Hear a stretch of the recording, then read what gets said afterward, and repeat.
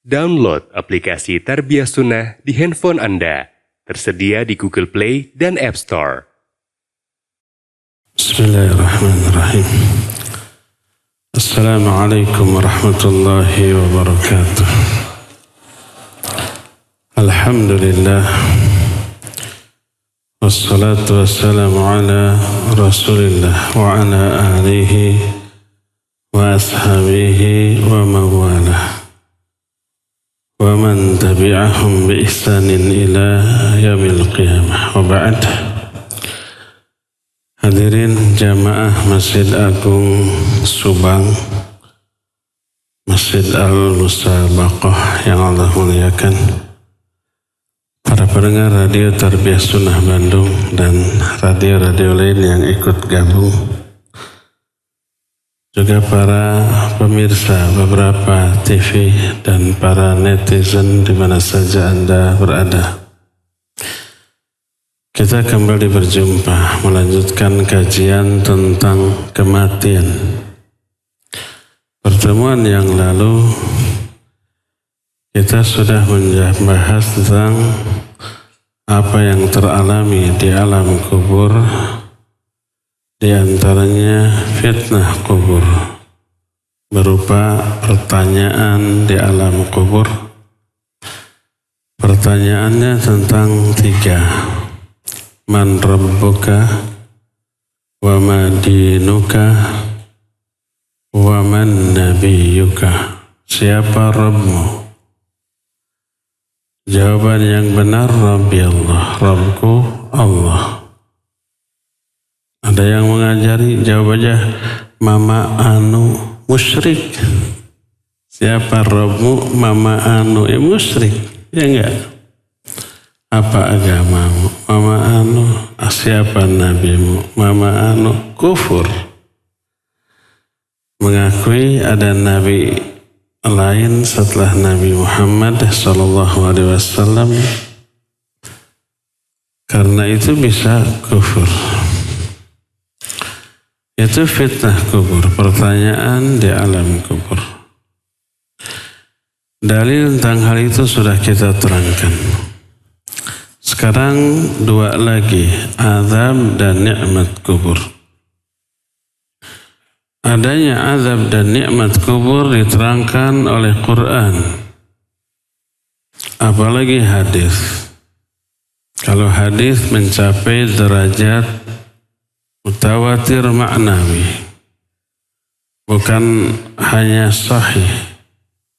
Kalau sahih itu istilah untuk hadis ahad. Sahih, hasan, dhaif, maudhu itu validitas hadis ahad. Kalau hadis mutawatir nggak ada yang dhaif apalagi palsu. Semua hadis mutawatir pasti sahih, baik mutawatir lafzi ataupun mutawatir maknawi. Hadis-hadis tentang alam kubur mencapai derajat mutawatir. Nanti kita akan bahas. Selain itu diterangkan dalam Quran. Makanya orang yang mengingkari adanya alam kubur hanya karena menetapkan dengan otak, dengan akal, mentakwil ayat dan hadis tentang hal itu dengan takwilan yang batil, orang itu terjerumus ke dalam penyimpangan dalam bab akidah. Iman kepada rukun iman yang kelimanya rusak, yaitu iman kepada hari akhir. Karena salahnya pemahaman mereka tentang iman kepada hari akhir. Iman hari akhir mencakup iman kepada segala sesuatu yang terjadi setelah mati, termasuk adanya alam kubur.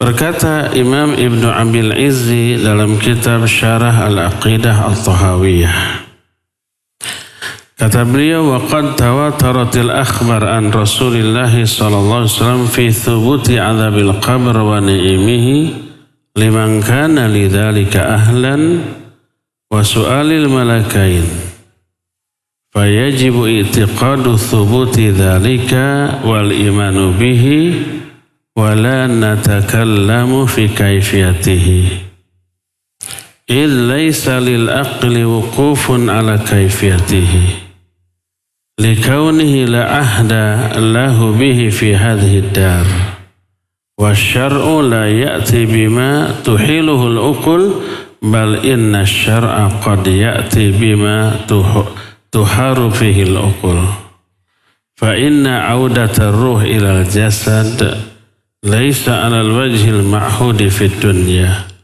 bal tu'adu ilaihi i'adatan ghairal i'adah al-ma'lufah fi ad-dunya. Kata Ibnu Abdul Aziz, telah mutawatir hadis-hadis dari Rasul sallallahu alaihi wasallam tentang adanya azab kubur dan nikmat kubur bagi yang layak menerimanya. Juga pertanyaan dua malaikat, Munkar dan Nakir. Maka wajib meyakini tetapnya hal itu dan mengimaninya.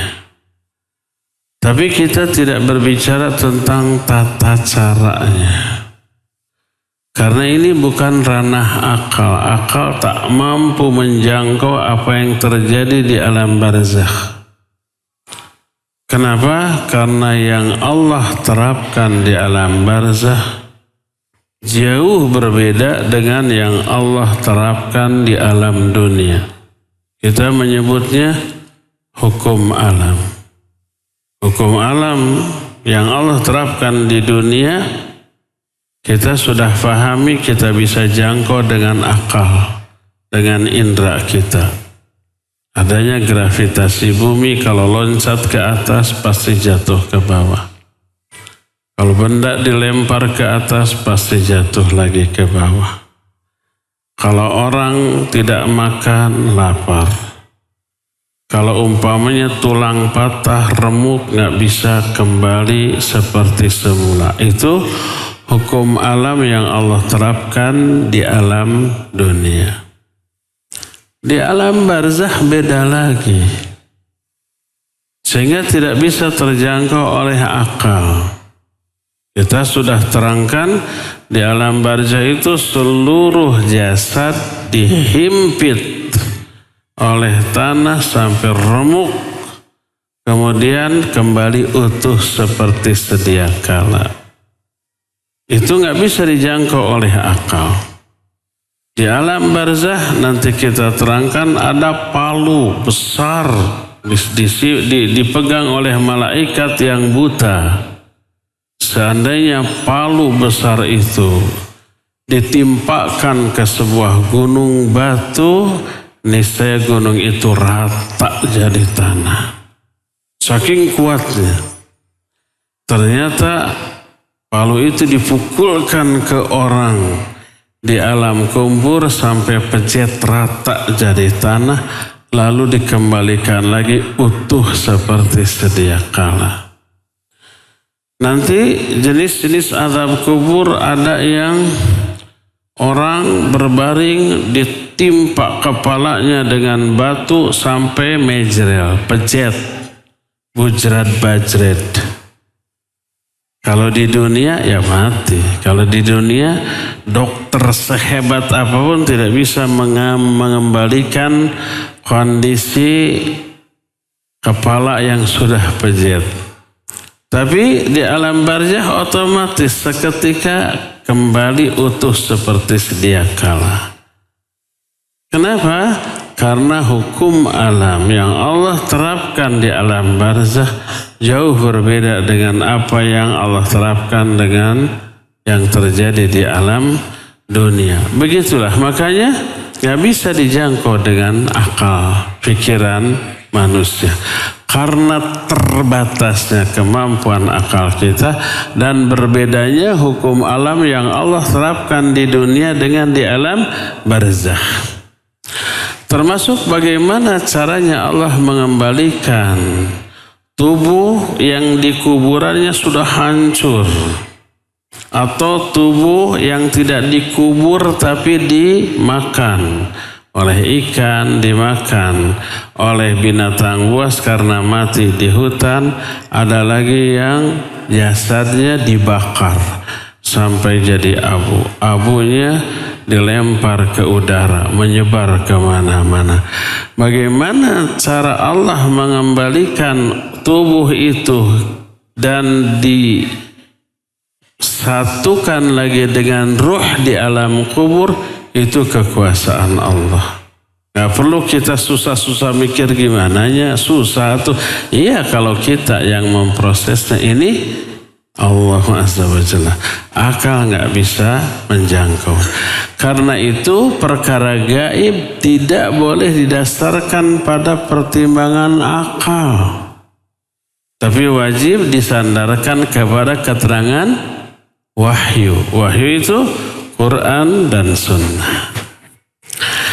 Di bagian lain masih dalam kitab Syarah Al-Aqidah At-Tahawiyah berkata Ibnu Abdul Izzi, wa'lam anna azab al-qabr wa azab al-barzah haqqun fakullu man mata wa huwa mustahiqun lil azab nalahu nasibuhu minhu kubira aw lam yukbar akalathu saba aw ihtaraqa hatta sara rumadan wa nusifa fil hawa aw suliba aw gharraqa fil bahar wasala ila ruhi wa badanihi min al azab ma yasilu ila al maqbur wa ma warada min ijlasihi wa ikhtilafi adlaihi wa nahwi dhalik fayajibu an yufhama anir rasul sallallahu alaihi wasallam muraduh min ghairi ghulu wala taqsir.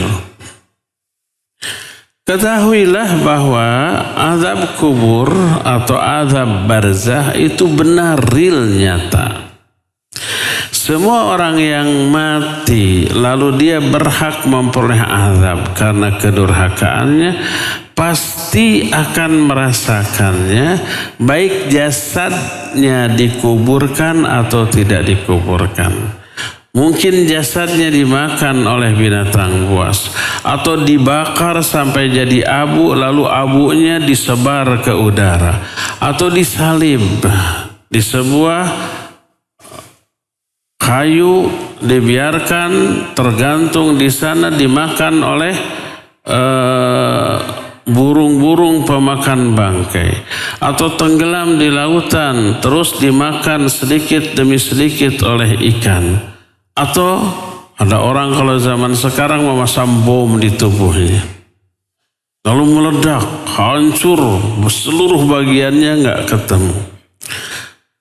Maka semua itu badannya, ruhnya akan tetap masuk ke alam kubur dan berjumpa kembali di alam kubur untuk kemudian dihidupkan, disuruh duduk, dihimpit oleh himpitan tanah sampai remuk tulang belulangnya, lalu ditanya dengan 3 pertanyaan yang disebut dengan fitnah kubur tadi. Semuanya itu wajib diyakini secara sesungguhnya karena dijelaskan dalam hadis-hadis yang sahih. Itu kata Imam Ibnu Abdul Izzi. Akan tapi kalangan tertentu dari kaum muslimin banyak mengingkari adanya alam kubur hanya karena memahami semua itu dengan akal, dengan ra'yu. Siapa lagi kalau bukan orang yang lebih menomorsatukan akal daripada wahyu. Merekalah kaum filosof. Merekalah para aqlaniun dari kalangan Khawarij, Mu'tazilah, Jahmiyah dan yang lain-lain. Mereka mengingkari adanya azab kubur. Kenapa? Karena memahami azab kubur, alam kubur dengan data kuburan. Di kuburan mustahil secara akal orang itu bisa duduk karena terhalang oleh tanah, ya enggak? Nih ada orang soleh kemarin mati, menurut hadis ditanya bisa jawab, lalu kuburannya meluas sejauh mata memandang. Yuk gali, tetap aja segitu. Nih ada orang kafir kemarin mati, menurut hadis diazab, menjerit, remuk, gosong.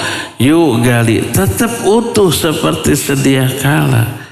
Diingkarilah hadis-hadis yang sahih tentang azab kubur dan nikmat kubur dengan data kuburan. Salah atau enggak nyambung. Kuburan dengan alam kubur jauh berbeda. Disebut alam kubur bukan karena itu kuburan, tapi karena umumnya orang yang mati dikuburkan umumnya. Maka disebutlah alam kubur. Disebut juga alam barzakh. Barzakh itu pemisah. Disebut alam barzakh karena alam kubur memisahkan antara alam dunia dan alam akhirat. Di mana itu alam kubur dan alam barzakh? Gaib. Di mana? Duka, nggak tahu bagaimana di mana. Itu namanya alam gaib. Kalau kita tahu mah tuh bukan gaib lagi namanya, ya. Kuburan alam nyata.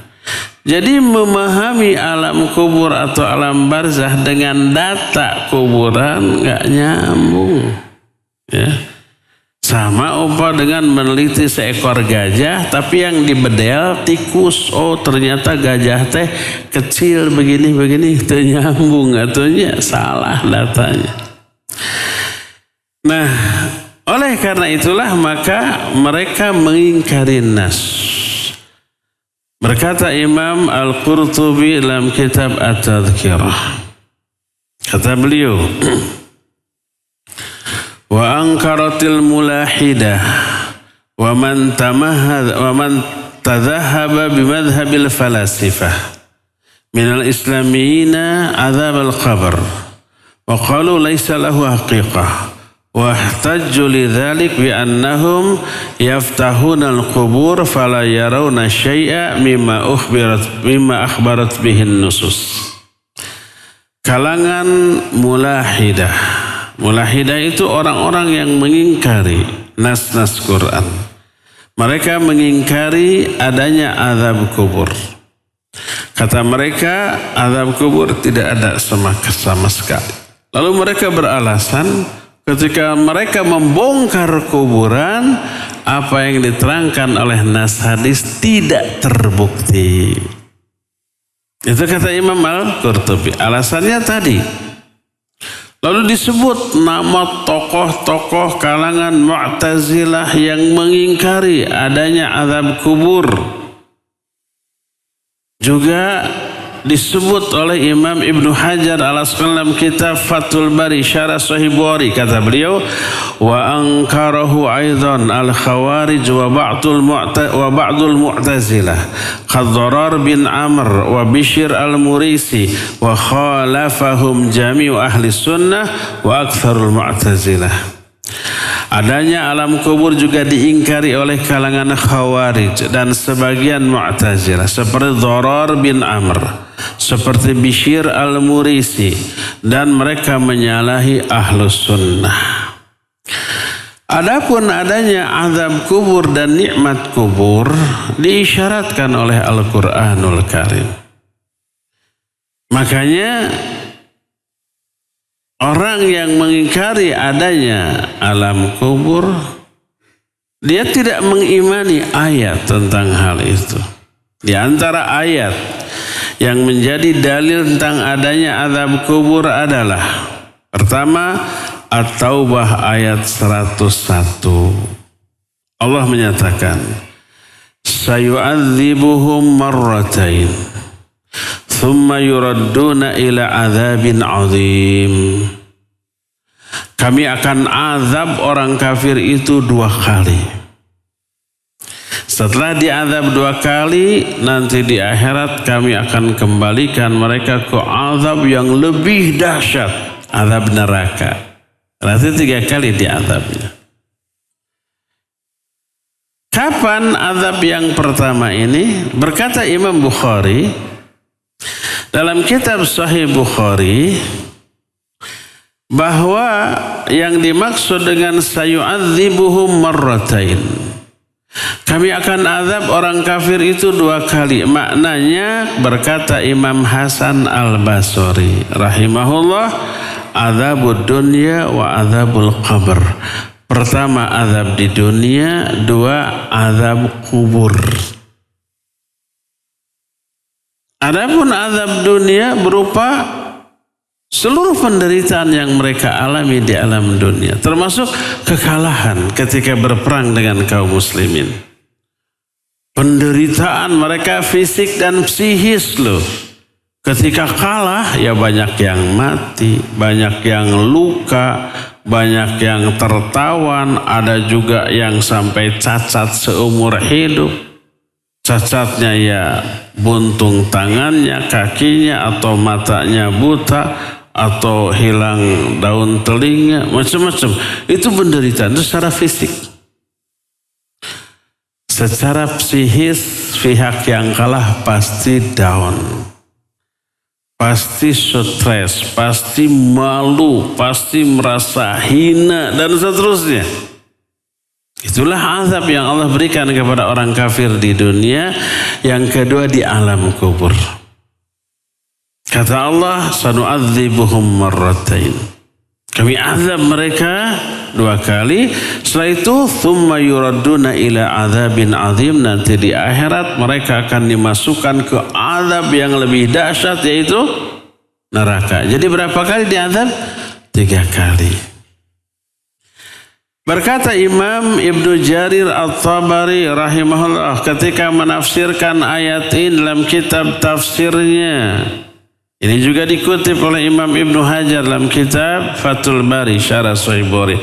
Kata Imam At-Tabari, wal aghlab anna ihdal marratain azab al-qabr wal ukhra tuhtamalu ahadu ma taqaddama dzikruhu minal ju' awis saba awil qatl wal idlan aw ghairi dzalik. Kata Imam Ibnu Jarir, kami azab mereka 2 kali. Pertama yang jelas, yang satu azab kubur, yang satu lagi azab di dunia berupa kelaparan, berupa tertawannya mereka oleh pasukan kaum muslimin, atau terbunuh, atau terhinakan, atau penderitaan lain. Inilah ayat yang berbicara tentang adanya azab kubur. Kedua, Al-Quran surah Ghafir ayat 46. Tentang Fir'aun dan bala tentaranya. Allah berfirman tentang si Fir'aun ini. Kata Allah, An-naru yu'raduna 'alaiha ghuduwan wa 'ashiyya wa yawma taqumus sa'ah adkhilu ala fir'auna asyaddal 'adzab. Kata Allah, api neraka dihembuskan kepada mereka setiap pagi dan petang. Sehari 2 kali itu. Kayak makan obat. Tapi ini mah dapat azab. Api neraka dihembuskan setiap pagi dan petang. Ini sebelum kiamat. Dan pada hari kiamat nanti masukkan Fir'aun dan bala tentaranya ke azab yang lebih dahsyat, yaitu azab neraka. Berarti sebelum kiamat dihembuskan api neraka ke mereka itu ke alam kuburnya. Maka berkata Imam Al-Qurtubi rahimahullah ketika menjelaskan ayat ini, kata beliau, al-jumhur ala anna hadzal 'arad yakunu fil barzakh wa huwa hujjatun fi tathbiti adzabil qabr. Jumhur ulama menyatakan bahwa dihembuskannya api neraka ke Fir'aun itu ketika di alam barzakh, dan ini menjadi hujjah tentang adanya azab kubur. Jadi adanya azab kubur diisyaratkan oleh Al-Quran. Bukan sahih lagi, Quran itu qat'i, pasti, ya. Dan ada beberapa ayat lain. Termasuk juga adanya nikmat kubur diisyaratkan oleh Allah dalam Al-Quranul Karim. Seperti hadis Al-Barra bin Azib radhiyallahu anhu. Hadis Al-Barra ini panjang. Dan oleh Nabi SAW diterangkan di kuburan. Ketika ada jenazah bangsa Ansor meninggal, dikuburkan. Beres penguburan, Nabi SAW duduk. Tapi bukan menduduki kuburan. Karena gak boleh menduduki kuburan. Bukan takut bangun, bukan. Udah aturan syariatnya aja. Para sahabat juga duduk. Kepala mereka tertunduk sehingga buuk menang mabuk. Tahu buuk? Buuk itu apa? Burung hantu. Mabuk apa? Bukan mabuk, dibabuk. Burung hantu kalau sudah dipukul ngeluk, kayaknya gitu ya. Maka setiap orang yang ngeluk, takluk itu disebut sigabuk menang mabuk. Itu di Bandung, nggak tahu di Subang ada nggak peribahasa itu? Sigana ya ada sami-sami Sundanya. Bahasa lain siga kapuk kaibunan. Tahu kapuk? Udahlah. Pokoknya gitu we. Para sahabat tertunduk. Nabi SAW juga tertunduk. Beliau mengambil sebatang rokrak tenawan, ranting. Ditancap-tancapkan ke tanah lalu berkata, Ista'idhu billahi min azabil qabr. 3 kali. Berlindunglah kalian kepada Allah dari azab kubur. Lalu para sahabat langsung menyebut na'udzubillahi min azabil qabr. Terus setelah itu beliau menceritakan proses dicabutnya nyawa. Baik orang kafir ataupun orang mukmin oleh malaikat, malakul maut.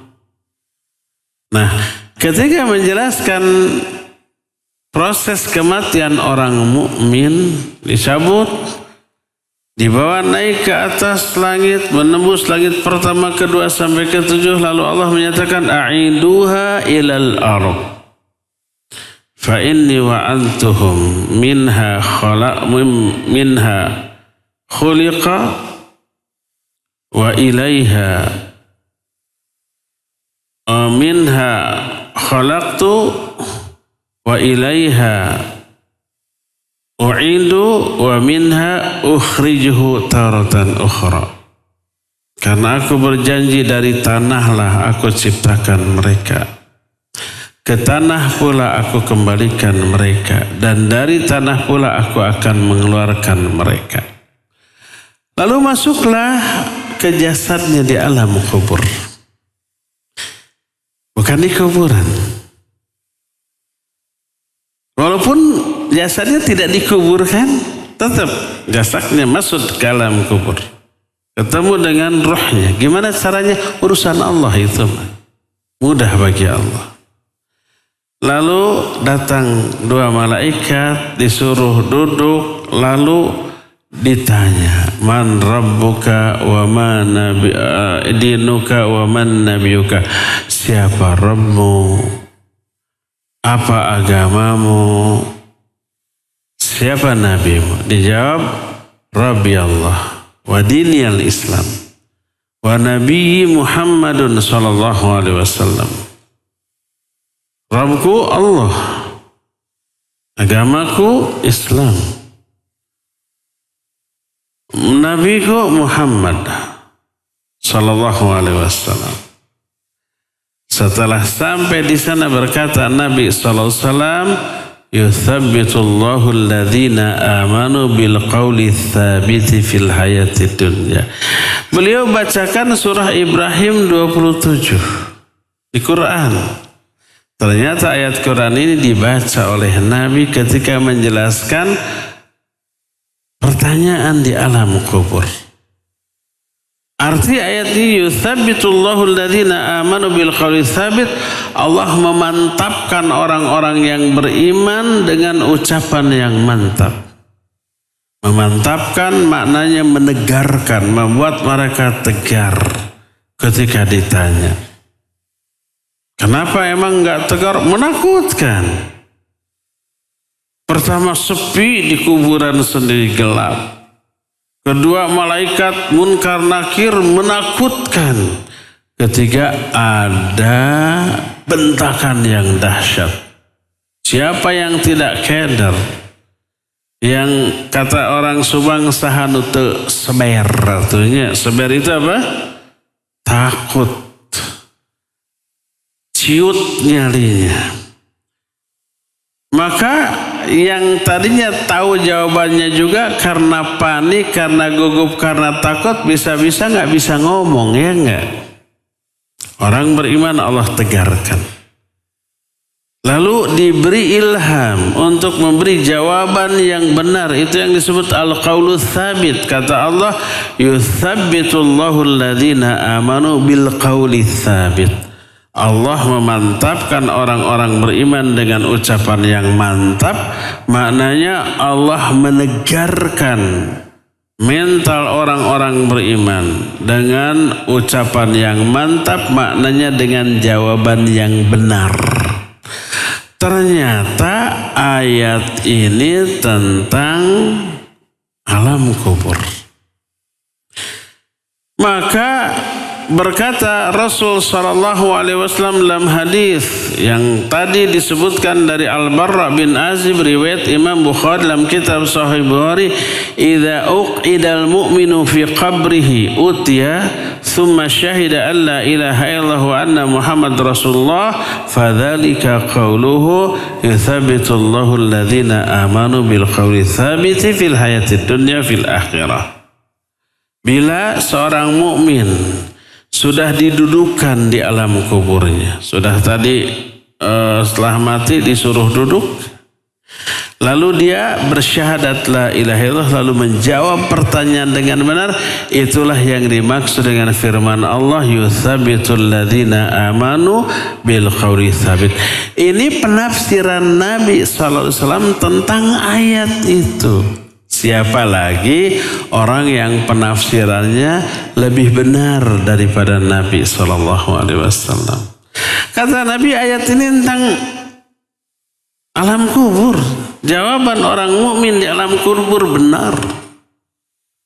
Berdasarkan hal itulah, maka ayat-ayat tentang alam kubur, baik nikmat kubur, fitnah kubur, atau azab kubur, ada. Dikoreh, diguar, dikupas oleh para ulama tentang hal ini. Maka tak ada alasan bagi seorang muslim untuk mengingkari adanya alam kubur, fitnah kubur, azab kubur, ataupun nikmat kubur.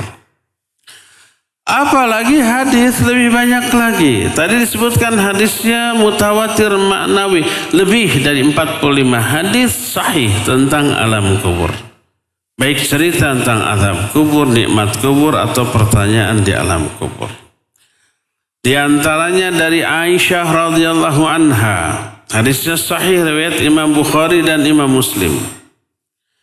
Kata Aisyah, anna Yahudiyah dakhalat alaiha fadhakarat azab al-qabr faqalat laha a'adzakillah min azabil qabr.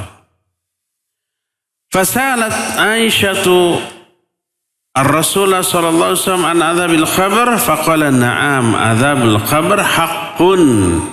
Qalat Aisyatu radhiyallahu anha fama ra'aitu Rasul sallallahu alaihi wasallam ba'du shalla illa ta'awwadha min adzabil qabr. Kata Aisyah, ada seorang wanita Yahudi masuk menemui Aisyah. Ini mengisyaratkan boleh seorang muslim menerima tamu orang kafir, ikhwan ataupun akhwat. Asal ikhwan ke ikhwan, akhwat ke akhwat. Ini wanita Yahudi datang ke rumah Aisyah, diterima. diperlakukan secara baik, secara mulia. Orang tamu walaupun dia kafir dapat hak sebagai seorang tamu untuk dimuliakan. Man kana yu'minu billahi wal yawmil akhir falyukrim dhaifah. Siapa orang yang beriman kepada Allah dan Rasulnya wajib memuliakan tamu. Siapapun tamunya termasuk orang kafir. Cuma tidak boleh salam. Tidak boleh meminta berdoa, memintakan ampunan. Menurut sebagian ulama. Sebagian ulama yang lain boleh memintakan ampunan kepada orang kafir yang masih hidup. Yang masih hidup loh. Berdasarkan hadis yang umum, ketika Nabi SAW dilempari sampai berdarah-darah, beliau mendoakan Allahumma gfir li qaumi fa innahum qaumul la ya'lamun. Ya Allah, ampuni kaumku karena mereka orang-orang yang tidak tahu. Minta ampunan bagi orang kafir yang melemparinya. Tapi orang kafir yang sudah mati nggak boleh. Nggak boleh dimintakan ampunan. Nah, oleh Aisyah diperlakukan secara baik, makanya dia juga baik. Coba lihat dalam hadis ini. Aisyah berkata, datang wanita Yahudi masuk menemui aku. Lalu ngobrol. Di dalam obrolnya dia menerangkan tentang adanya azab kubur. Si wanita Yahudi ini. Lalu mendoakan Aisyah, a'adzakillah min azabil qabr. Kenapa wanita Yahudi ini mendoakan kebaikan bagi Aisyah? Karena simpati, senang, suka kepada Aisyah. Diperlakukan secara baik ketika bertamu. Walaupun beda akidah. Kata wanita Yahudi ini, semoga Allah melindungimu dari azab kubur. Setelah perempuan ini pulang, Rasul SAW datang. Lalu Aisyah bertanya tentang azab kubur, benarkah? Kata Nabi SAW, na'am azabul qabri haqqun. Ya, azab kubur itu benar ada. Maka berkata Aisyah, tidaklah aku melihat Rasul SAW salat setelah momen itu kecuali beliau selalu berlindung kepada Allah dari azab kubur. Di dalam salatnya. Ketika gimana? Ketika tahiyat. Baik tahiyat awal ataupun tahiyat akhir. Dalam Sahih Muslim masih dari Aisyah radhiyallahu anha, ini ada beberapa kasus. Itu kasus pertama tadi, ini kasus kedua. Dakhalat alayya ajuzan min ujuzi Yahudil Madinah. Faqalata inna ahlal qubur yu'adzabuna fi quburihim. Qalat fakadzabtuhuma wa lam un'im an usaddiqahuma. Fakharajata. Wa dakhala Rasulullah sallallahu alaihi wasallam faqultu lah ya Rasulullah inna ajuzain min ujuzi Yahudil Madinah dakhalata alayya faza'amata anna ahlal kubur yu'adzabuna fi quburihim faqala sadaqata innahum yu'adzabuna 'adzaban tasma'uhul bahaim. Kata Aisyah, ada dua orang nenek-nenek yang sudah tua masuk menemuiku. Sudah ajuz. Kalau nenek-nenek ya pasti tua. Enggak ada nenek-nenek sebelum 40 tahun masih agak muda sudah punya incu dipanggil nini. Ada? Ada banyak. Belum 40 tahun tuh. Mungkin dia nikahnya muda, 16-17 tahun sudah nikah. Gitu ya. 18 tahun sudah punya anak.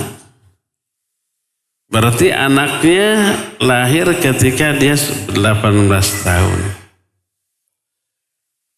Ketika usia 36 tahun anaknya sudah 17 atau 18 tahun bernikah. Ketika ibunya 37 tahun sudah punya cucu. Ada yang begitu? Ada. Orang tuanya masih produktif punya anak. Anaknya juga punya anak lagi, cunak. Kadang incunya lebih tua daripada anaknya. Ada? Ada.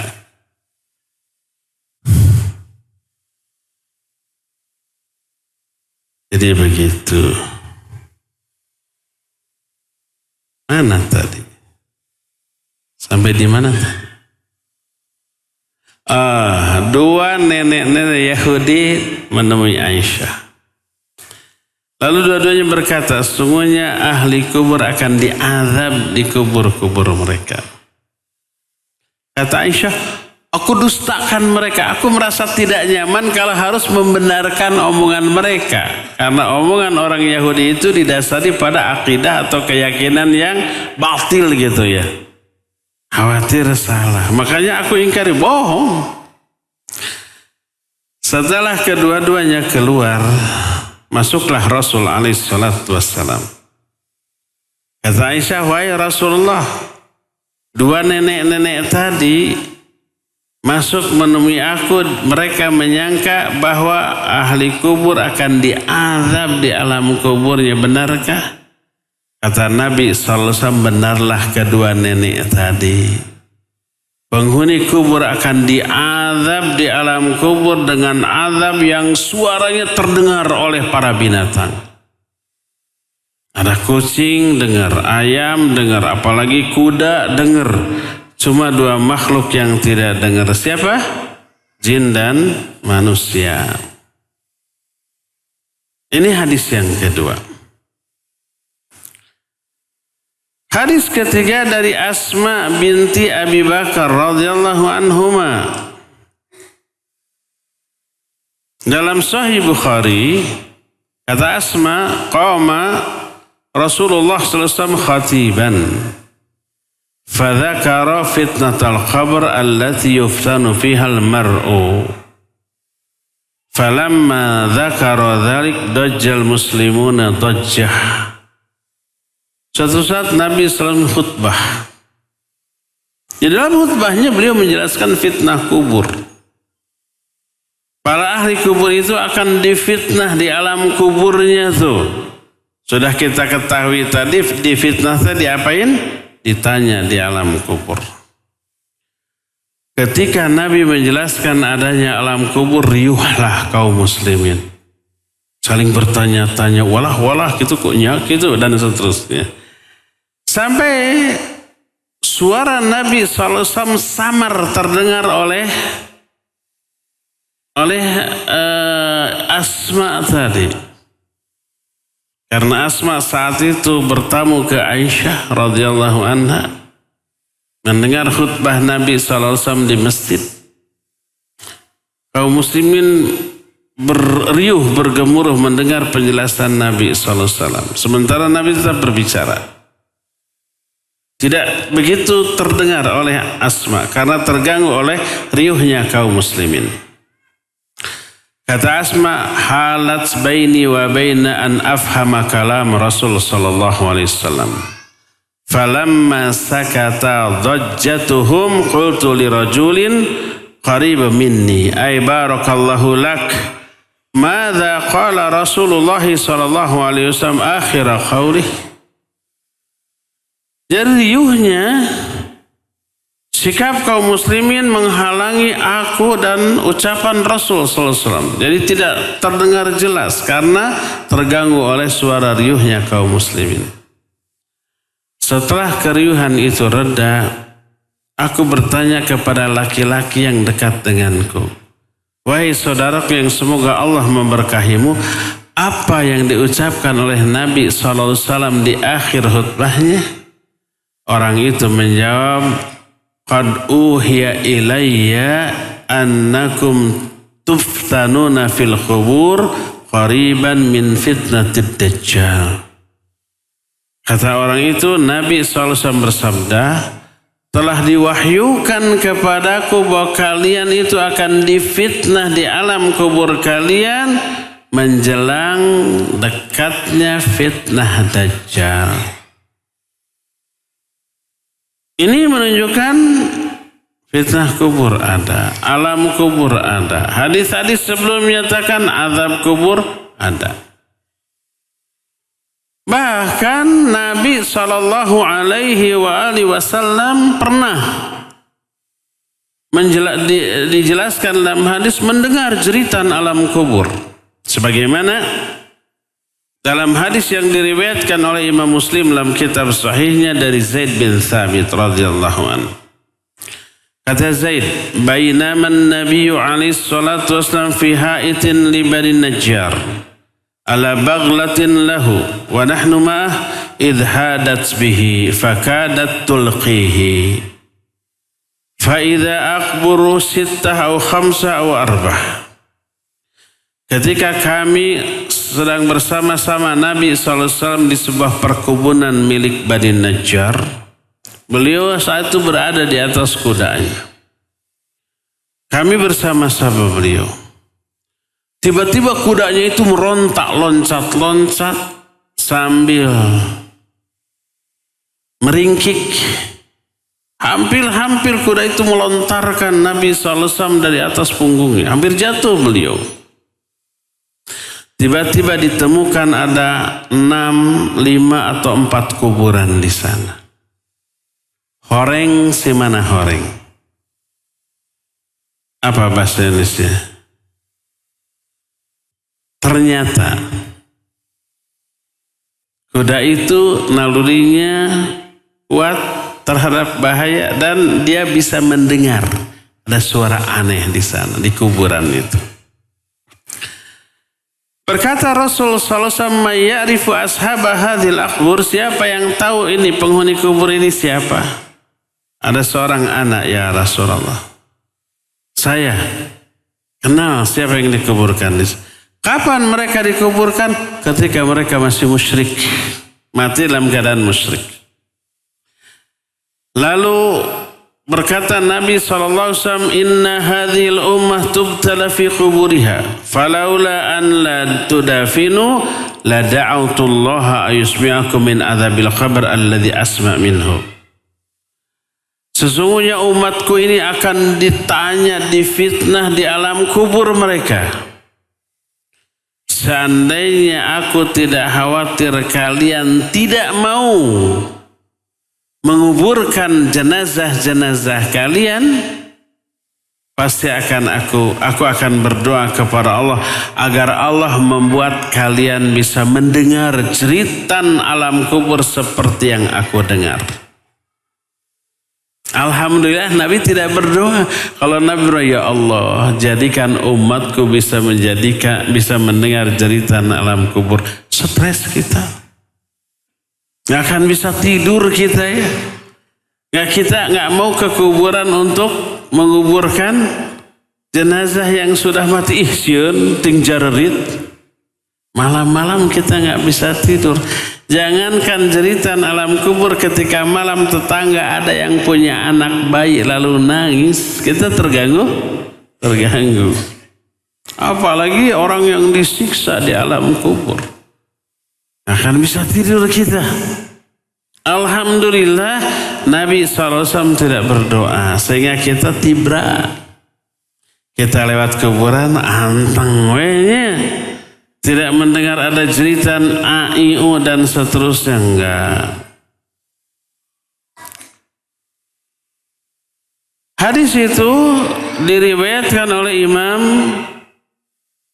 Muslim dalam kitab sahihnya dengan sanad yang sahih, dan dalam hadis sahih Bukhari dan Muslim dari Abu Ayyub Al-Ansari radhiyallahu an, kata Abu Ayyub, kharaja Rasulullah sallallahu alaihi wasallam ba'da ma gharabatis syams fasami'a sautan faqal yahudun tu'adzabu fi quburiha.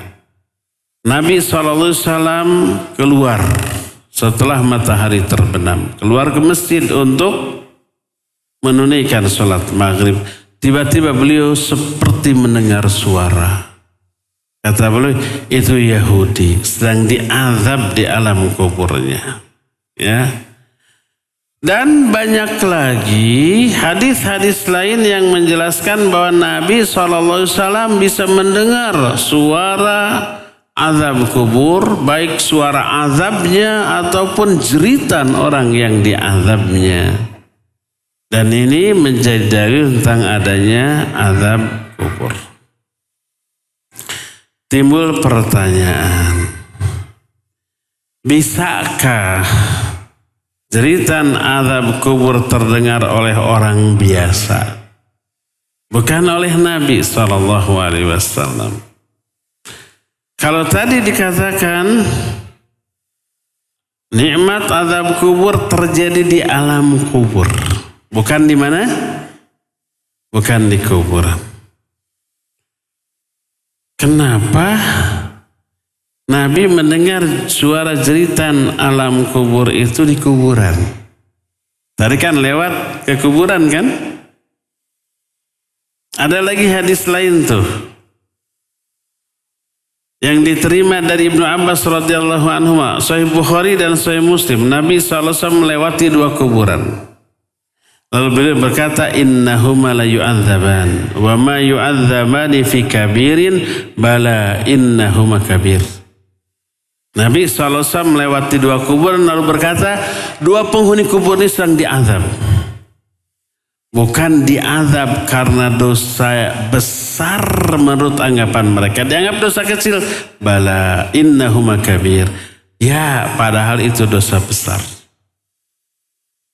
Jadi kenapa azab kubur selalu dalam hadis diterangkan didengarnya di kuburan? Adakah kaitan? Ternyata ada. Salah satu bentuk pengaruh azab kubur ke kuburan dalam realita. Kalau saya di zaman kita sekarang belum pernah mendengar. Tapi di zaman dulu oleh para ulama tersaksikan, oleh para ulama dijelaskan, ditulis dalam kitab-kitab mereka, ada kuburan yang mengeluarkan asap, bahkan ada mayat yang sampai loncat keluar dalam keadaan gosong. Ini bukan halu. Ini bukan karangan, tapi real nyata diceritakan oleh para ulama Ahlus Sunnah dalam kitab-kitab mereka.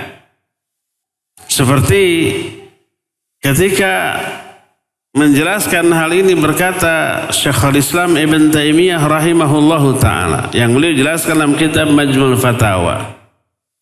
Ibn Taimiyah itu orang yang paling anti khurafat, anti dongeng-dongeng yang tidak ada asalnya. Tapi yang diceritakan itu nyata karena terlihat, tersaksikan oleh banyak orang.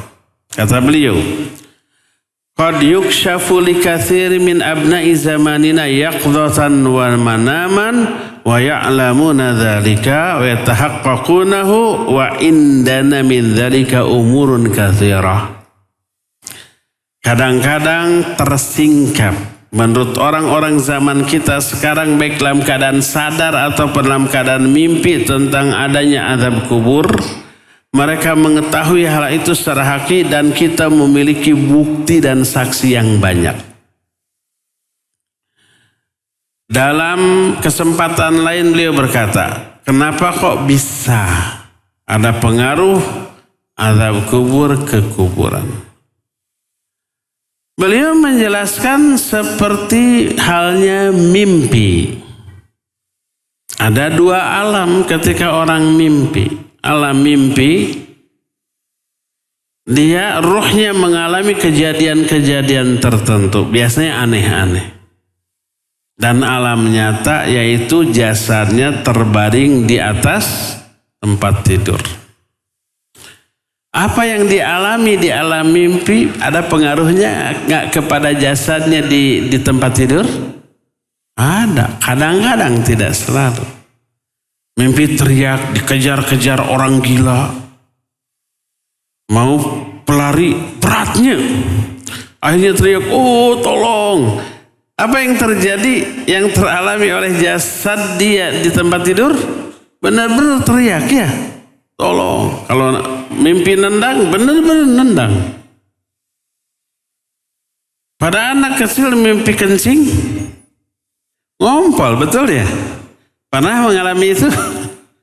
Pasti semuanya pernah. Tapi kalau sudah dewasa mimpi kencing tidak keluar ya. Saya sering mimpi, cari-cari WC, pingin nih. Ada WC, tapi cerita nah teh keluar wae. Si orang betul ingin kencing, kadang-kadang sadar oh ini dalam mimpi, memang malah keluar dalam mimpi itu kan gitunya. Terus mau bangun dalam mimpi itu kita teh bangun mau kencing, cerdi, teh keluar deh. Ada yang pernah mengalami? Ya. Pada orang dewasa mimpi melakukan hubungan suami istri, tapi yang istri batur. Apa yang terjadi? Junub, benar-benar ya enggak? Lalu diistilahkan mimpi basah tuh bukan ngompol. Kalau anak-anak mimpi basah teh ngompol, kalau orang dewasa mimpi basah teh junub. Apa yang dialami dalam mimpi ada pengaruh ke jasadnya di atas tempat tidur. Hebatnya pengaruh yang dialami oleh mimpi ke jasadnya tergantung kuat atau lemahnya hubungan antara ruhnya di alam mimpi dengan jasadnya di alam kubur. Dan seringkali orang mimpi tapi nggak ada pengaruh ke jasadnya di alam kubur. Boleh dikatakan setiap malam kita mimpi tapi tubuh kita tetap aja ya tidak bergerak sedikit pun. Kadang-kadang kita mengigau. Kenapa mengigau? Jasadnya ngomong sesuatu, kadang jelas, kadang tidak jelas. Karena di alam mimpinya dia ngomong. Kadang-kadang terbongkar rahasia seseorang ketika tidur, istrinya lagi ngelamun di pinggirnya. Lalu suami di alam mimpinya ketemu mantan. Halo Neng, umpamanya. Dari mana mau kemana? Istrinya curing hak Allah. Nah nyebut nama si Neng, saha si Neng. Ada pengaruh. Tapi tidak semua yang mimpi ada pengaruh. Demikian juga apa yang teralami oleh orang itu di alam kubur berupa azab. Kadang ada pengaruh ke jasadnya yang ada di kuburan. Kadang ya kuburannya mengeluarkan asap. Kadang ada ledakan, kadang ada mayat yang keluar. Saking dahsyatnya pengaruh azab kubur yang dia terima di alam barzahnya berpengaruh kepada jasadnya di kuburan. Maka di akhir penjelasan ini berkata Syekhul Islam Ibn Taimiyah, lakin laisa hadza laziman fi haqqi kulli mayyitin kama anna qu'uda badanin naim lima yarah laisa laziman li kulli naimin bal huwa bihasbi quwwatil amr. Tapi ini tidak selalu teralami oleh setiap mayit. Tidak setiap mayit yang diazab di alam kubur ada efek ke jasadnya di kuburan. Sebagaimana tidak setiap orang yang mimpi, apa yang dialaminya di alam mimpi berefek kepada jasadnya di tempat tidur. Tapi ini semua tergantung dari seberapa dahsyat, seberapa kuat pengaruh yang dia alami di alam kubur kepada jasadnya di kuburan. Ya. Jadi semua penjelasan tadi menerangkan adanya alam kubur, nikmat kubur, azab kubur, fitnah kubur dijelaskan dalam Quran, dijelaskan di dalam hadis yang sahih mencapai derajat mutawatir. Tak ada alasan bagi kita untuk menolaknya apalagi mengingkarinya. Wajib kita yakini alam kubur itu ada, azab kubur ada, fitnah kubur ada, nikmat kubur ada. Karena itu dijelaskan oleh Quran dan hadis-hadis yang sahih dan diterangkan oleh para sahabat dan para ulama. Sekarang bagaimana bentuk nikmat kubur dan azab kubur? Bentuk-bentuknya nih. Kalau kita tadi baru menjelaskan keterangan ayat dan hadis bahwa alam kubur itu ada. Azab kubur ada, nikmat kubur ada. Bagaimana bentuk dari nikmat kubur dan bentuk dari azab kubur? Bentuk nikmat kubur dan azab kubur ada yang standar global dialami oleh setiap mayit. Kalau azab kubur karena kedurhakaan orang ada azab standar. Teralami semua yang durhaka mengalami ini. Tapi nanti ada beberapa bentuk azab tambahan sesuai bentuk dosa. Nikmat kubur juga ada nikmat standar teralami oleh semua orang soleh yang masuk ke alam kubur, memperoleh nikmat yang standar. Tapi nanti ada nikmat tambahan sesuai dengan jenis dan kualitas serta kuantitas amal soleh yang mereka lakukan. Dan itu diterangkan dalam banyak hadis yang sahih. Kita akan mulai dari penjelasan tentang nikmat kubur yang standar global dialami oleh setiap orang mukmin yang soleh. Ada banyak hadis tentang hal ini diantaranya. Hadis ini menerangkan tentang nikmat kubur. Hadis ini kita akan bahas bulan depan. Sekarang sudah habis waktunya untuk menjelaskan, sudah lewat malah. Tinggal tersisa beberapa menit waktu untuk bertanya jawab. Wassallallahu ala nabiyina Muhammadin wa ala alihi wa wasallam. Jadi tema untuk bulan depan bentuk nikmat dan azab kubur ya.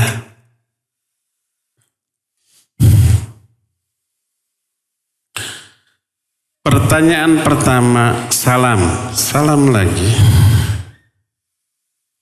Umpamanya ada ayah dan ibu sudah wafat, berada di alam kubur yang sedang tersiksa karena dosa-dosanya. Tapi anak-anaknya masih hidup dan terus mendoakan. Apakah mungkin kedua orang tua yang sedang tersiksa itu diangkat, dialihkan menjadi berada di alam kenikmatan, terus menjadi ahli surga? Iya, betul. Bisa. Itu yang disebut syafaat. Anak bisa menjadi syafaat bagi orang tua juga bisa menjadi syafaat bagi anaknya. Bahkan bukan hanya anak ke orang tua ke anak, tapi juga orang lain. Seseorang ke orang lain yang ada hubungan. Terkenal acan. Kita mendoakan orang lain, teman, gak ada hubungan keluarga. Yang sudah mati, kita doakan, ya Allah ampuni dia. Rahmati dia, bebaskan dia dari azab kubur. Sampai gak doa itu? Sampai. Kalau dikabul berefek. Catat sampai. Tapi orang bodoh yang tidak mau ngaji menuduh kita doa orang yang hidup tidak akan sampai kepada doa orang yang mati, kan gitu tuduhannya ya. Makanya ketika kemarin Ustaz Yazid rahimahullahu ta'ala meninggal, mereka secara nyinyir sambil tertawa, mau sih mendoakan katanya, tapi kan tidak sampai gitu. Makanya gak mendoakan. Itu orang yang bodoh tapi gak mau ngaji. Lalu salah faham. Kalangan ulama ahlus sunnah salafin menyatakan doa orang yang masih hidup sampai kepada yang mati. Walaupun tidak ada hubungan. Termasuk Ustaz Yazid berpendapat begitu, iya. Yang dipermasalahkan sampai atau tidaknya adalah menghadiahkan pahala bacaan Fatihah. Itu yang dipermasalahkan. Kan banyak orang umpamanya ila hadratin Nabi sallallahu alaihi wasallam wa Abu Bakar wa Umar wa Utsman wa Ali, terus wa ulama itu disebut wa ajdadina, nenek kakek kita ya, wa walidina wa li jamil muslim al-Fatihah. Jadi kita menghadiahkan bacaan Fatihah kepada orang yang sudah mati. Itu yang dipermasalahkan. Sebagian ulama menyatakan sampai, sebagian tidak sampai. Tapi orang yang bodoh memahami, oh mendoakan nggak boleh, nggak sampai. Ya bodoh yang nggak mau ngaji akhirnya salah paham tuh ya. Jadi doa orang yang hidup sampai. Ayat hadis banyak tentang hal ini.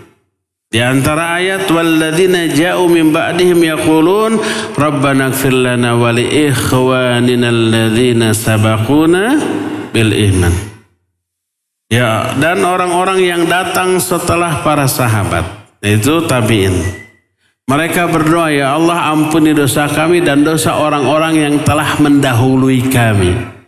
Mendoakan dosa-dosa para sahabat agar diampuni. Sudah mati. Ayat ini. Terus orang mati kita sholatin. Apa isi doa sholat?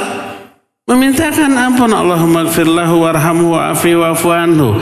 Itu doa orang yang hidup kepada yang mati. Itu hadis. Di akhir setiap Jumatan, khutbah Jumat yang kedua, Nabi berdoa, Allahumma gfir lil mu'minina wal mu'minat wal muslimina wal muslimat al ahyaihum wal amwat. Ya Allah ampuni muslimin, muslimat, mu'minin, mu'minat, baik yang sudah mati hidup ataupun yang sudah mati. Ayat hadisnya banyak, sahih sampai. Tapi kenapa orang masih menuduh kita menyatakan tidak sampai? Kenapa? Karena bodoh, nggak mau mengaji, terus salah paham, nuduh lagi ya. Nah seperti itu, lengkap sudah ya. Itu orang lain, apalagi anak sendiri ya. Anak salah satu bentuk birrul walidain anak. Kepada orang tua yang sudah mati tetaplah mendoakan. Doakan. Dan doanya ada dua. Pertama, pahala dari doa anak itu sampai kepada si mayit menjadi pahala. Kedua, kalau isi doa anak itu dikabulkan, maka diampunilah dia. Ya Allah ampuni dosa kedua orang tuaku. Dikabulkan, diampuni. Ya Allah beri rahmat orang tuaku yang sudah meninggal. Dikasih rahmat dan seterusnya. Termasuk ya Allah bebaskan mereka dari azab kubur. Dibebaskan. Berikan mereka nikmat kubur. Diberikan nikmat kubur. Isi doanya dikabul, berefek ke orang tua. Plus kalau toh isi doanya tidak dikabul, minimal doa sang anak melahirkan pahala yang diberikan kepada orang tua. Makanya disebutkan dalam riwayat, ada nanti orang di akhirat memperoleh pahala yang besar, dia bingung. Rabbi anni lihada, ya Allah dari mana aku dapat pahala sebesar ini? Rasanya belum pernah beramal amalan yang pahalanya sebanyak ini. Apa dijawabnya? Hadza min istighfari waladika lak. Ini dari istighfar anakmu untukmu. Anak istighfar melahirkan pahala untuk orang tuanya sebanyak ini ya. Doakan dan doa anak bagi orang tua luar biasa. Sebagaimana doa orang tua kepada anak juga pengaruhnya besar.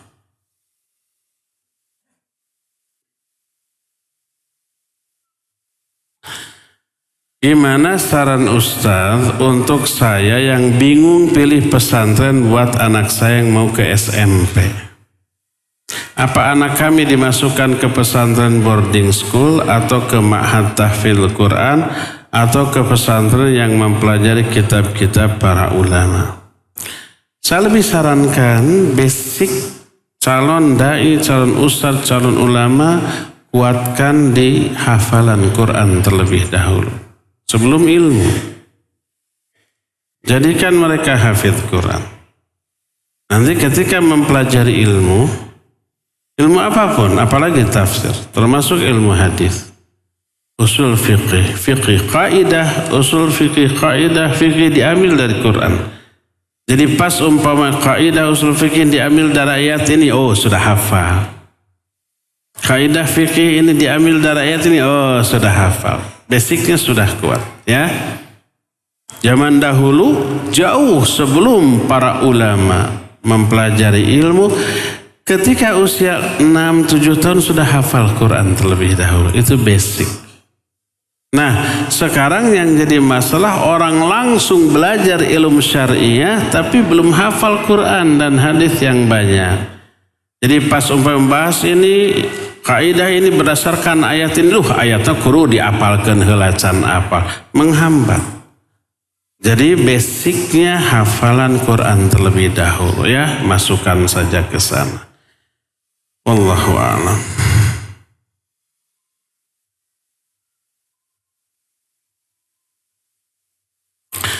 Apa dosa besar atau kafir yang mengajarkan jika pertanyaan kubur akan selamat, jika di 3 pertanyaan dijawab Pancasila. Kufur itu. Bukan berarti menyalahkan Pancasilanya, bukan. Itu nggak bisa diganggu gugat, itu nggak bisa dirubah oleh 1-2 orang, itu harus institusi lagi. Tapi yang jadi masalah, jangan permainkan baik Pancasila ataupun agama dengan dicampur adukan. Man rabbuka Pancasila, ma dinuka Pancasila, wa man nabiyuka Pancasila. Dari segi makna aja nggak nyambung, dan itu jawaban yang kufur. Pertama, jelas jawabannya mengisyaratkan kekufuran orang itu. Yang kedua, ada pelecehan, baik melecehkan agama atau melecehkan Pancasila. Coba siapa yang merumuskan Pancasila? Itu orang-orang pendiri Republik ini. Apakah kalimat itu mereka maksudkan sebagai jawaban di alam kubur? Enggak, saya yakin mereka pun marah kalau Pancasila ini dijadikan sebagai jawaban bagi pertanyaan di alam kubur. Itu para pendirinya, para perumus Pancasilanya. Pasti mereka marah. Nggak nyambung atau ya. Jangan permainkan. Bolehkah kita minta didoakan orang kafir? Karena Tuhan orang kafir seperti agama-agama Hindu bukan Allah, dan Nasrani dia hanya minta pada Yesus. Tahu ya nggak boleh lah.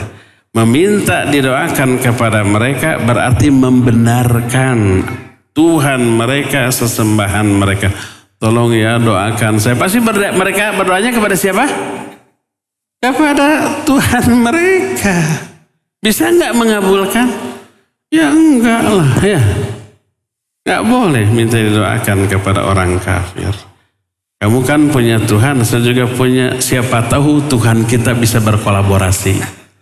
Tolong doakan ke Tuhanmu, saya ke Tuhan saya, kerjasama. Wah, itu kufur itu ya. Mengakui ada sembahan lain selain Allah. Mohon nasihat dan doanya bagi kami sebagai orang tua dan juga anak saya. Di mana anak saya dilalaikan dengan game. Salah orang tua sendiri, kenapa dikasih? Kenapa dimimitian? Nah, kalau tidak dimimitian mah ya nggak akan ketagihan. Sehingga ia taswif sampai sholat pun selalu masbuk. Taswif itu menunda-nunda ya. Haruskah orang tua mentahdirnya? Bukan mentahdir, tetap menasihati. Ya jangan kasih HP, game watch, PS dan yang sejenisnya ya, diambil lagi ya, diambil lagi. Bagi yang belum, jangan dimimitian ya. Jadi agar anak antang tidak nangis, ini HP nih main game seneng. Lebih baik menangis mas sehat. Main game itu sumber penyakit. Lebih utama haji furoda atau haji reguler atau plus. Sedangkan ada ustadz lain sunnah mengatakan boleh saja haji furoda, tapi fitrah saya sepertinya menolak karena melihat dari harga yang jauh berbeda. Dikhawatirkan ada permainan pemerintah yang dapat mengurangi pahala. Emang di haji reguler nggak ada gitu permainan? Pertama, haji furoda plus atau reguler bukan dipermasalahkan dari segi harga dan fasilitas, tapi waktu. Kalau kita ada uang berangkat tahun ini berangkat, tapi nggak mungkin reguler, nggak mungkin plus, tapi harus furoda. Kalau haji plus nunggu 5 tahun. Kalau reguler bisa 20 tahun lebih. Daftar sekarang, pas jadwal berangkat sudah dikuburkan. Nggak jadi. Jadi kaitannya dengan waktu. Kalau kita ada uang mampu sekarang ya untuk haji tahun depan melalui furoda, berangkat. Mumpung mampu dan kita sudah terkena kewajiban. Kalau mampu. Jadi walillahil 'alan nasi hijjul baiti man istata'a ilaihi sabila. Walillah itu hak Allah. 'Alan nasi atas manusia hijjul baiti. Melakukan haji ke Baitullah. Hak Allah yang wajib ditunaikan oleh manusia. Kalau sudah mampu dan kita sudah mampu, ada uangnya, berangkat. Kalau walaupun kita sudah daftar reguler tapi 15 tahun lagi, atau umpamanya plus tapi 5 tahun lagi, tapi sekarang mampu, daftar. Nanti berangkat lagi nggak apa-apa. Kalau masih keumuran, ya. Jadi masalahnya bukan biaya, kegedean biaya. Kalau mampu, siapa yang memberi kita harta sampai mampu? Allah. Allah berikan harta agar kita segera berangkat. Berangkatlah. Kalau sudah mampu tapi nggak berangkat, terkena kewajiban, dosa besar dia. Ya, menunda kewajiban di saat mampu adalah dosa besar. Ya, berangkatlah.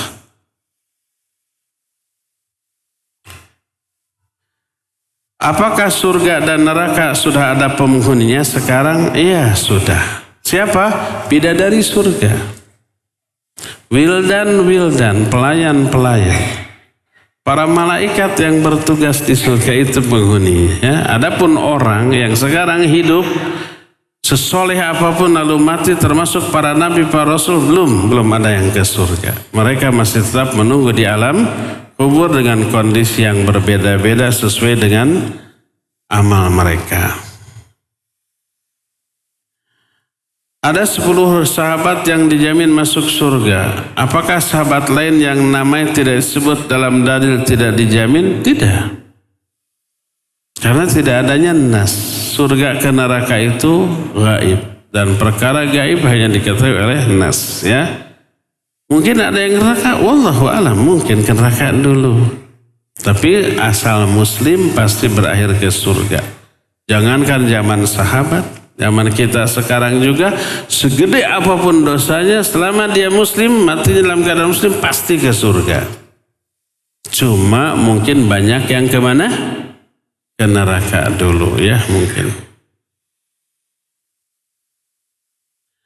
Apakah orang Baduy yang tidak sampai cahaya Islam padanya, apakah tetap diazab? Baduy mana? Maksudnya Arab Baduy?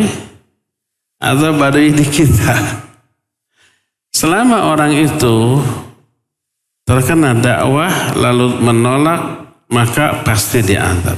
Nah sekarang kalau ada satu tempat belum tersentuh dakwah, andai ada ya.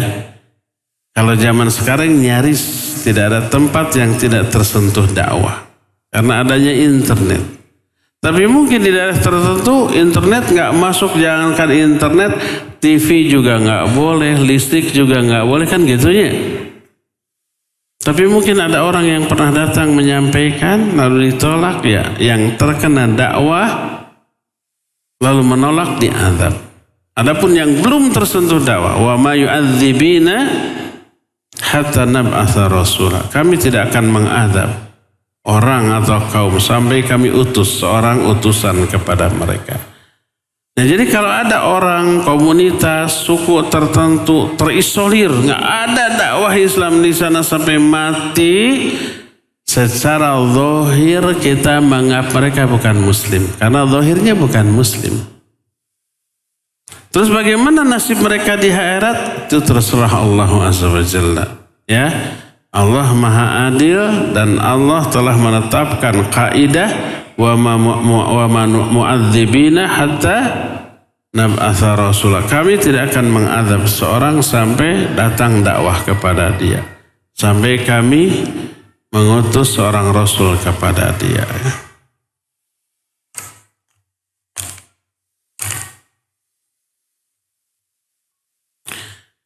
Apakah di alam barzakh kita dapat azab kubur karena dosa kita yang belum diampuni, ditobati? Iya, kalau dosa itu tidak terhapus oleh tobat, tidak terhapus oleh kebaikan-kebaikan yang banyak, tidak terhapus oleh infak dan sedekah dan seterusnya, terkena azab, ya.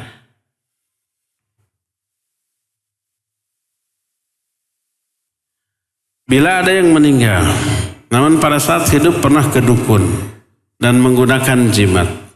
Apakah diampuni dosanya karena dia melakukan hal tersebut karena ketidaktahuan? Kalau tidak tahu dimaafkan. Apakah nanti akan terampuni dosanya atau tidak? Tergantung seberapa banyak dia memiliki faktor penghapus dosa. Faktor penghapus dosa, tobat, istighfar, infak dan sedekah, perbuatan baik, semua perbuatan baik, sholat, saum, baca Quran, ngaji, itu menghapus dosa. Nah sekarang lebih banyak dosa atau lebih banyak amalan penghapus dosa? Kalau dosa banyak tapi amalan penghapus dosanya jauh lebih banyak, bisa terhapus. Nanti kan ditimbang, fa'amma man thaqulat mawazinu fahuwa fi isyatir radiyah. Orang yang berat timbangan amal kebaikan, dosanya ada tapi lebih ringan, maka lebih berat kepada pahala, dosanya terhapus oleh pahala, dan dia fahuwa fi isyatir radiyah. Dia berada dalam kehidupan yang ridho, yang senang, yang bahagia.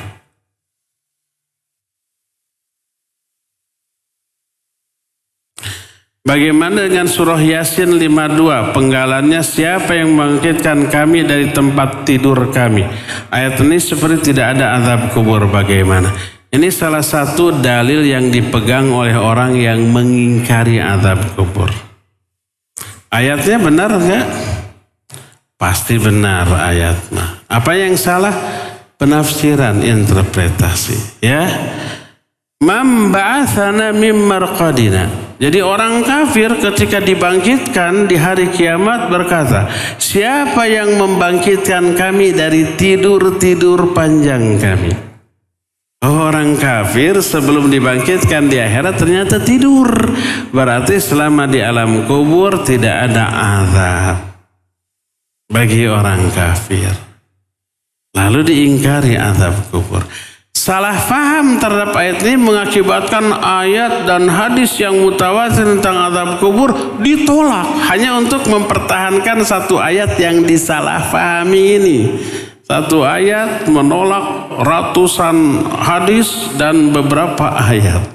Keliru, bukan ayatnya yang salah, interpretasi.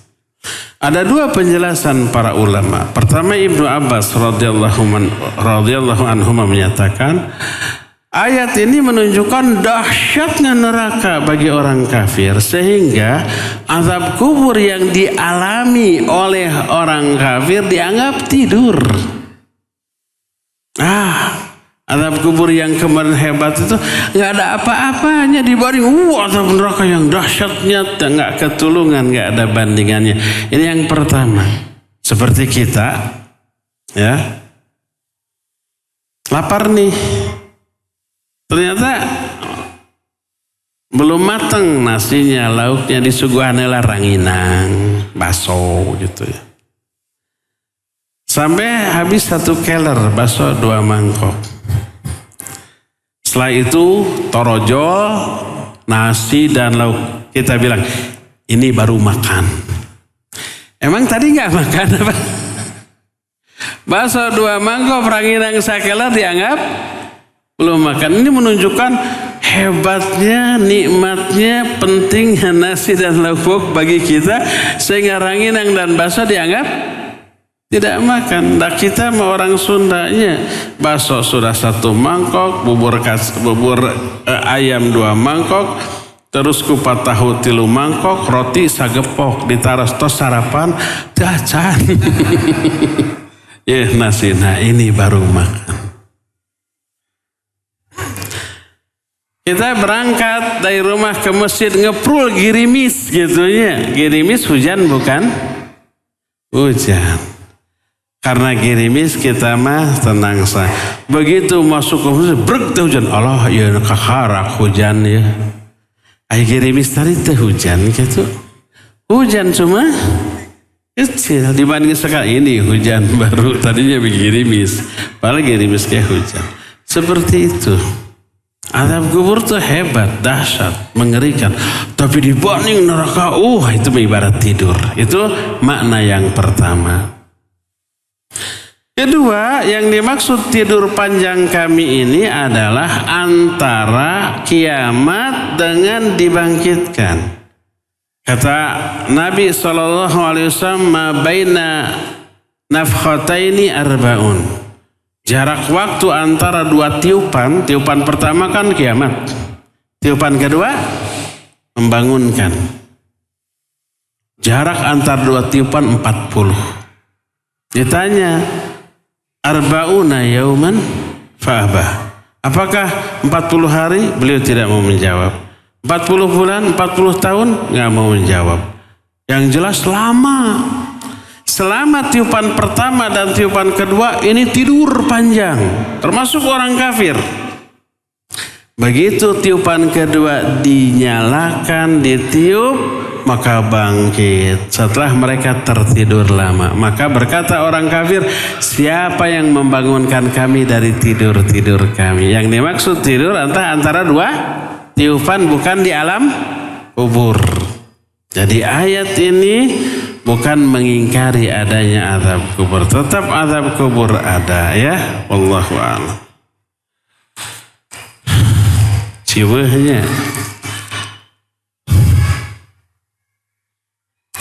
Bagaimana mendoakan anak yang belum lahir dan apa perlu anak itu diberi nama? Nanti kalau udah lahir diberi nama. Boleh disiapkan dari sekarang? Boleh. Umpamanya istrinya belum punya, masih jomblo, dia sudah menyiapkan nama anak saya 10 ini. Boleh? Boleh. Walaupun belum tentu laku. Boleh. Karena anak dan ibunya meninggal bersamaan saat usia bayi umur 7 bulan. Iya, mendoakan anak yang belum lahir. Ya, doakan agar lahir dengan selamat, boleh ya. Karena anak dan ibunya meninggal bersamaan saat lahir. Saat usia bayi 7 bulan. Berarti sudah lahir itu, ya. Terakhir, mengenai azab kubur, ada di Quran surat berapa dan ayat berapa? Dengargepkeun ya majelemah teh. Iya, tadi disebutkan tentang azab kubur di dalam ayat Al-Quran, ya. Pertama, Al-Quran surah At-Taubah ayat 101. Kedua, Ghafir ayat 46. Ketiga, Ibrahim ayat 27. Terus hadisnya mana? Tadi sudah diberi banyak. Mau berapa? Ya, udah. Terakhirlah arunya.